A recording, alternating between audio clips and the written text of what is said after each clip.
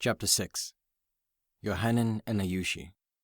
Yohanan continued on his journey to the cold mountains of Altun Shan. He was always weary of mountains because of the rumors of them being used as a strategic point for bandits to steal and to abduct travelers. It bothered him that at any moment the ruthless mountain bandits could ambush him. His eyes were under stress from being wide open and staying alert for anything out of the ordinary. He kept moving, trying to maintain a low profile in the treacherous mountains of Altun Shan. He must get to Yumen. Yumen was the beginning of the Gobi Desert. The atmosphere was silent with no sign of life. Could a spirit really be living out here? It had been months since Yohanan had left his home, and he traveled hundreds of miles through forests, rivers, and villages to come here. The real challenge was to keep believing. His feet plunged into the cracked clusters of sand and mud beneath him. The sky was a vacant blue, and the land spared a few shades of brown. That was all he could see. He couldn't imagine a great spirit living out here in such a barren place, but he also knew things were never as they seemed. The light from the sun charged the ground with a scorching heat. He felt the acidic burn from bulbs of salty sweat that had gathered on his forehead and trickled into his eyes. He had held a long rope behind him, just dragging along the earth in a straight line to make sure he wasn't walking around in endless circles. He visualized himself back home with Ayushi, together, up in the hills. They went up there sometimes to get away from the village and enjoy one another's company. Yohanan held her soft grasp within his. "The weather is good today, Ayushi." She stretched her arms out. "I can feel the wind, like veils of cool silk brushing against my hand." He smiled. From the top of the hills, you could see the entire village and the pillars of smoke billowing from the clay ovens. You could hear the gushing sounds of the river and Comet, the goat, bleating away with the others. "Tell me about the color of the sky, Yohanan. How does it look?" "It's a deep blue with lots of full white clouds.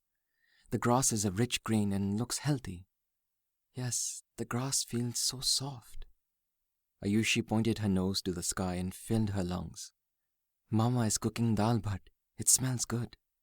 "You can smell that all the way up here, Ayushi?" "Yes.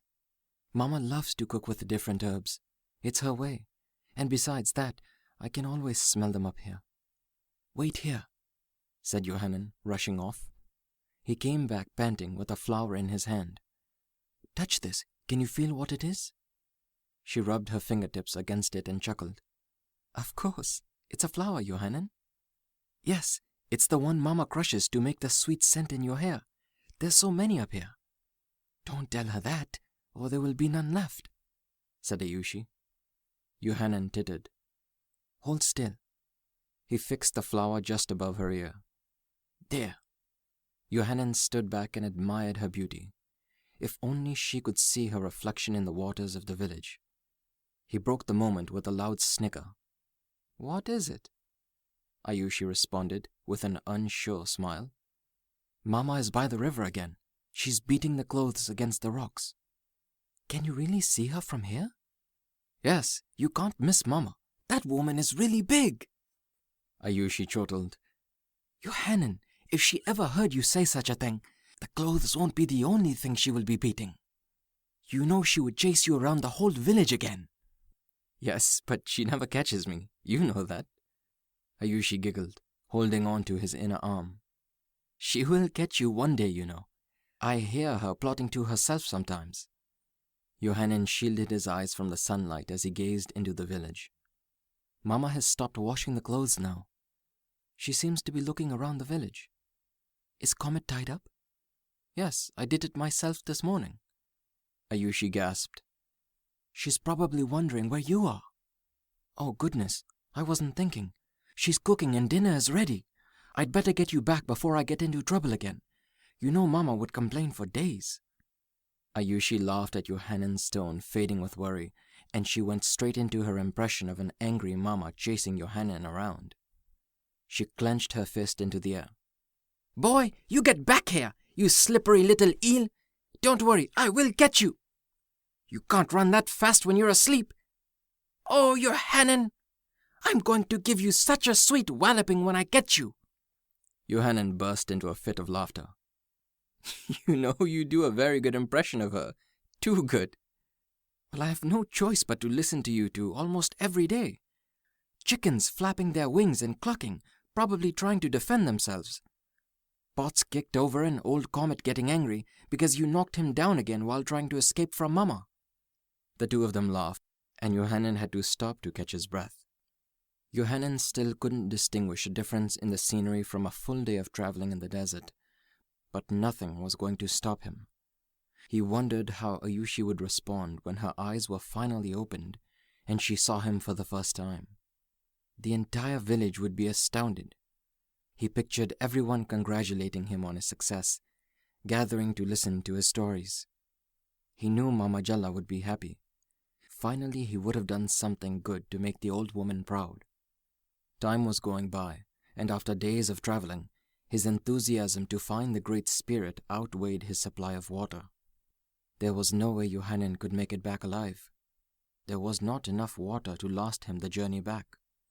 Even if he could go back, the thought of going back empty-handed after putting Ayushi through so much grief only made him think about how many times Mama was going to hit him for leaving to begin with.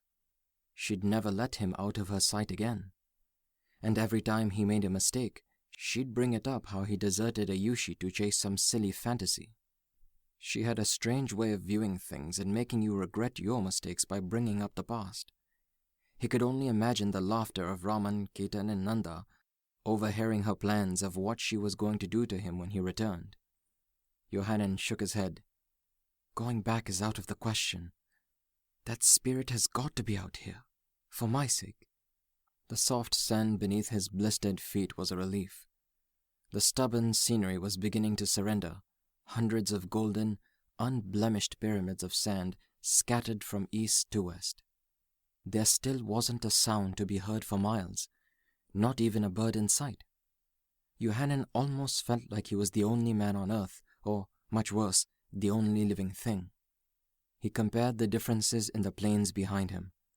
The cracked, brittle grounds just behind him made it seem like his journey had just begun. Taking a glance at his waist, he saw the 3 shriveled water skins. He had wrung them out completely for traces of water that may still be sitting inside. There was one full one left, as precious as life itself. I have to make this one last, he vowed to himself. He came to a wobbling stop, using the back of his hand to wipe his glistening forehead. I know there is truth in that song the fisherman spoke of. The Great Spirit must be here, but where is he? Surely he knows I'm out here searching for him? Perhaps he's hiding, watching me from afar, waiting for me to die of thirst. After all, there's no reason for him to care that I'm out here. He seems to be quite the heartless kind if he's not testing me. He stared deep into the scenery and frowned. What was the point? Why search so hard? It's all the same damn thing. It's always the same thing. Nothing's changed. If Mama were here, she'd say I'm a wandering fool. Show yourself! I know that you can hear me! The desert mocked him by throwing his words back. He fell to his knees and a tear freed itself and slid down his face. He used up his very last bit of strength, and he wasn't even that far into the collection of sandy pyramids. Johannan unceasingly pressed on for another 2 days. His water had run out, and he began to feel faint. He staggered with each step. The cracking skin on his lips pained him when he opened his mouth to breathe. He felt nauseous, like something was hitting him in the stomach. Am I finally going to die? Is this the end? He questioned himself as he took one more step forward, joggled and collapsed face down. His body rolled and slid down one of the steep hills.